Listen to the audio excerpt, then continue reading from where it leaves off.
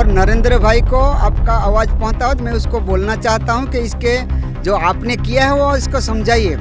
Gujarat model का नाम यही था। अगर ये दीनदयाल जी का विचार है तो यहीं से दूर हो जा रहा है, क्योंकि जिस सरकार के लिए हमने हमारा पीठ भी लगवाया था, हमारे पीठ में डंडा भी पड़ा है, वो हमको याद है। वो डंडा खाने के बाद भी ये सरकार हमारा सुन रही नहीं रही है। अंदर से दुख होता है, लेकिन क्या करें, इसको तो समझ है नहीं। अभी बैठे हुए मुख्यमंत्री है, जाने साथ मंत्री के साथ हम मिले, उसके पास कुछ है ही नहीं। कि ऐसा लगता है कि हमारा तो विद्यार्थी के लिए बोर्ड का पेपर 10वां का पेपर थोड़ा क्रिटिकल होता है, इसलिए हमको ऐसा लगता है पेपर लिखने में टाइम लगेगा, वो थोड़ा अक्सर हमको सही करना पड़ेगा, सुनना पड़ेगा। हम पास होने वाले हैं, अगर हम फेल हुए तो थोड़ा उसको दिक्कत भी होगी। नमस्कार, मैं हूं अनिल पटेल और स्वागत है आपका किसानों के बीच में। किसान इसलिए क्योंकि किसान संघ पिछले 18-19 दिन से निरंतर आंदोलन कर रहा है और यहीं बैठकर उनका रोज़ भोजन होता है। यहीं बैठकर किसान खुद अपना जो भोजन है वो ग्रहण करते हैं, खूब शांतिप्रिय से, कहीं ना हो हल्ला, लेकिन अपनी मांगे जो हैं अहिंसात्मक तरीके से सरकार की कान तक पहुँचे, उसकी जो पूरी जवाबदारी है वो निभा रहे हैं। हमारे साथ इस पूरे जो आंदोलन है उसके सेनापति सामजी भाई हैं, उनसे बात करेंगे। सामजी भाई, आज क्या मेनू था आज खाने में? भाई साहब, मेनू तो नहीं बोला जाता है, पर हमारा ही पकाया हुआ अन्न था, वो चावल और दाल था। वो हमने प्रेम से आरोगा है, क्योंकि वो हम पकाते हैं, भगवान उसको हम बोते हैं ना, भगवान उसको उगाते हैं और हम पका के हम खाते हैं और दुनिया को खिलाते हैं, पूरी दुनिया को खिलाते हैं।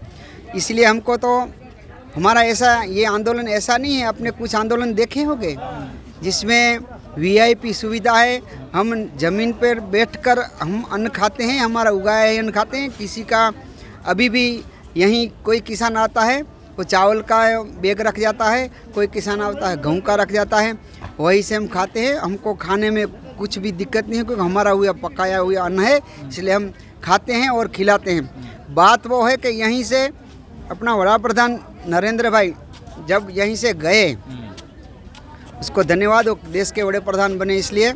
लेकिन उसके यहीं से जाने के बाद जो सरकार चल रही है, छोटा मोटा आनंदीबेन ने काम सही किया है, क्योंकि किया है वो बोलना पड़ेगा।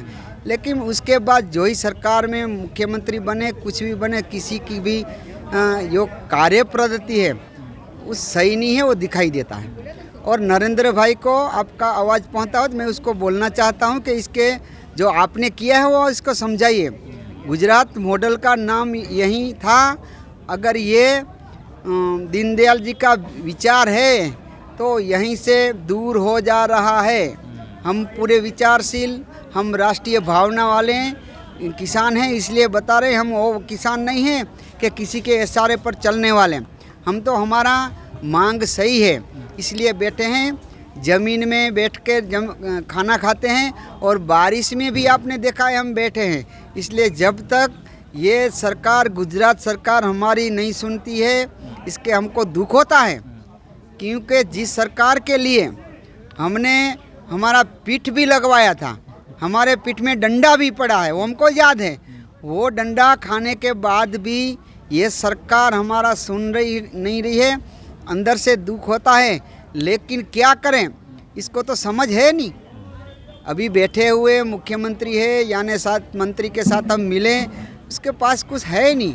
इसलिए नरेंद्र भाई को बोल रहा हूँ कि इसको समझाइए, दीनदयाल जी का विचार क्या है और किसान क्या है और गुजरात क्या है, वो उसको समझाना चाहिए। ये मेरा आवाज़ पहुँचता है तो नरेंद्र भाई के मेरी 2 हाथ जोड़कर विनंती है कि इसको समझाइए कैसा राजनीति के होता है। ये तो सब अपने अपने में पड़े क्या धंधा करता है, वही बड़ा प्रधान को नहीं बोलना चाहिए, उसको पता होगा क्या किसी का धंधा है। ये किसान को सुनता नहीं है, इसलिए हमारी ये दशा हुई है। आप देख रहे हैं 19वां दिन है आज, वो पहला जो 19 दिन है बैठे हुए हमको, वो शर्मजनक गुजरात सरकार के लिए है, बात शर्मजनक है, सुनना चाहिए सरकार को। जो किसान खुद अन्न पैदा करता है, आप खुद खा रहे हैं, आप ही लोग थे जो उनको अन्न खिला के आज सत्ता पर उनको आपने बैठा दिया। आपने कहा कि पीठ पर आपको पता है डंडा लगा है, डंडा तो आपने खाया इसलिए याद है, उनको तो डंडा लगा नहीं है, उनको याद नहीं है, ऐसा लगता है आपको? ये बात आपका सही है, क्योंकि जब तब हम जनसंघ विचार से हैं तो विचार हमारा वही है, लेकिन ये अब तो ऐसा बोलना चाहिए कि इसको तो ऐसा लगता है हमने कुछ किया है, अभी बैठे उसको ये पुराना सब उसको पता नहीं है, इसलिए हमारी नहीं सुनता है। पुरानी बातों उसको याद दिलाना चाहिए। अगर जो ये सुनेंगे नहीं तो पुरानी बात उसको याद आएगी, क्योंकि ये किसान इधर आकर वो खुद के भाड़े से आता है, खुद का वाहन लेके आते हैं। 15 तारीख को हमारा किसान ट्रैक्टर में बैठकर इधर गांधीनगर में आएंगे।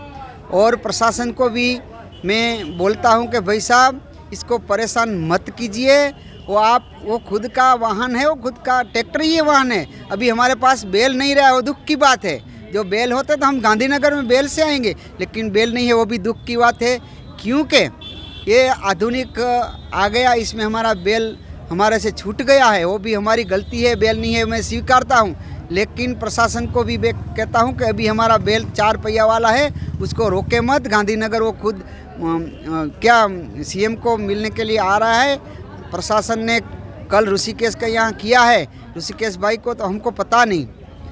अपने हर मंत्री के यहाँ शांतिपूर्ण तरीके से कोई विवाद नहीं हुआ। कल ऋषिकेश भाई की वहाँ आप लोगों को जाना पड़ा, वहाँ बीज बचाव करने के लिए, किसानों को जिस तरह डिटेन किया गया, किसानों के साथ जिस तरह व्यवहार किया गया वहाँ पर। देखिए भाई साहब, जब कायदा रक्षक होम मिनिस्टर है हमारे, उसके घर पर हम गए थे तो उसने बोला आप बैठिए, आपकी बात कीजिए। और हमारे जीतू भी वाघानी है, वहीं पे हमारा धरना रहा। उसने भी कुछ हमारे साथ मीटिंग ऐसा नहीं बोला, लेकिन पुलिस का कुछ भी इशारा उसने किया नहीं था। वो सही बात है बताना। और ऋषिकेश भाई को क्यों डर लग रहा है? ऐसे हम संगठन ने क्या, हम ऐसा काम करने वाला नहीं है। ऋषिकेश ने भाई ने कल किया है वो गलत किया है।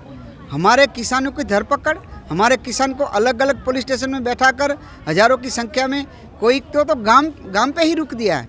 ये करना चाहिए, किसी की बात रखने का सबका अधिकार है। ऋषिकेश भाई सुन लीजिए, ये बात सही नहीं किया आपने। किसान आपसे खफा है, क्योंकि ये करना नहीं चाहिए। उसकी बात आपके घर के सामने, और रामधुन का प्रोग्राम था, रामधुन इसलिए बुला रहे हैं कि उसको भी बुद्धि आए कि किसानों की बात सुने। कब तक रहेंगे अब श्याम जी भाई? कितनी 19 दिन तो हो गए, सरकार ने आपकी बात सुना नहीं है। कितने दिन आप ऐसे ही नीचे बैठ के खाएंगे? कब जाएंगे कच्छ, कब घर का खाना खाएंगे? अब तक तो 19 दिन ये धरना का हुआ। हम हमारे कारोबारी वाले लगभग 1 महीना हुआ है, वहीं से हम लगे रहे हैं। कब घर जाए वो पता नहीं। एक हमको फाइनल किया है, ये सरकार हमारी सुनेगी, क्योंकि ऐसा लगता है कि हमारा वो विद्यार्थी के लिए बोर्ड का पेपर, 10वां का पेपर थोड़ा क्रिटिकल होता है। इसलिए हमको ऐसा लगता है पेपर लिखने में टाइम लगेगा, वो थोड़ा अक्सर हमको सही करना पड़ेगा, सुनना पड़ेगा। हम पास होने वाले हैं, अगर हम फेल हुए तो थोड़ा उसको दिक्कत भी होता है।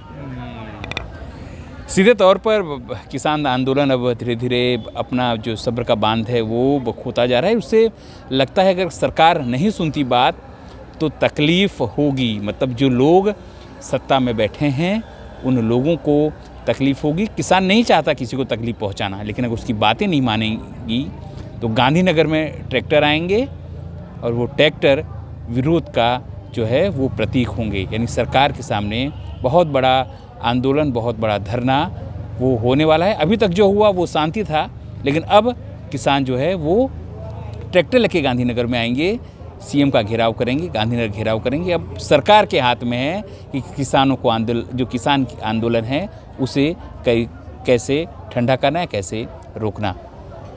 सहयोगी हितेंद्र बारोट के साथ अनिल पटेल, पंचायत टीवी, गांधीनगर।